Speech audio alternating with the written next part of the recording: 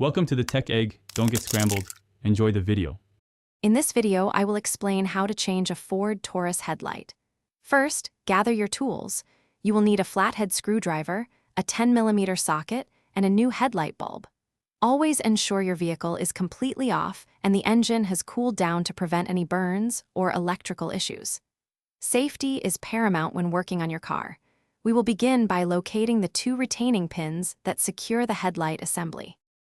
Now, let's get that headlight assembly out. Take your flathead screwdriver and gently pry up the two retaining pins you just located.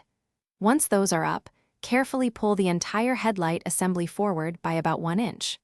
This slight movement will give you access to a crucial 10mm bolt situated on the side of the housing. Removing this bolt is key to fully detaching the assembly. With the assembly free, you can now replace the bulb. First, disconnect the electrical connector from the back of the old bulb. Then, gently twist the old bulb counterclockwise to release it from its socket.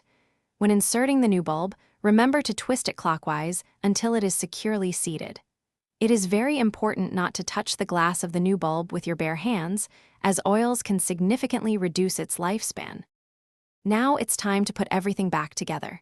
Reconnect the electrical connector to your brand new headlight bulb.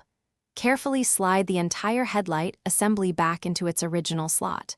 Don't forget to reinsert the two retaining pins and tighten that 10mm bolt you removed earlier. Finally, turn on your vehicle and test the new headlight to ensure it's working perfectly before you hit the road. Thanks for watching. Consider subscribing if I helped unscramble your problems.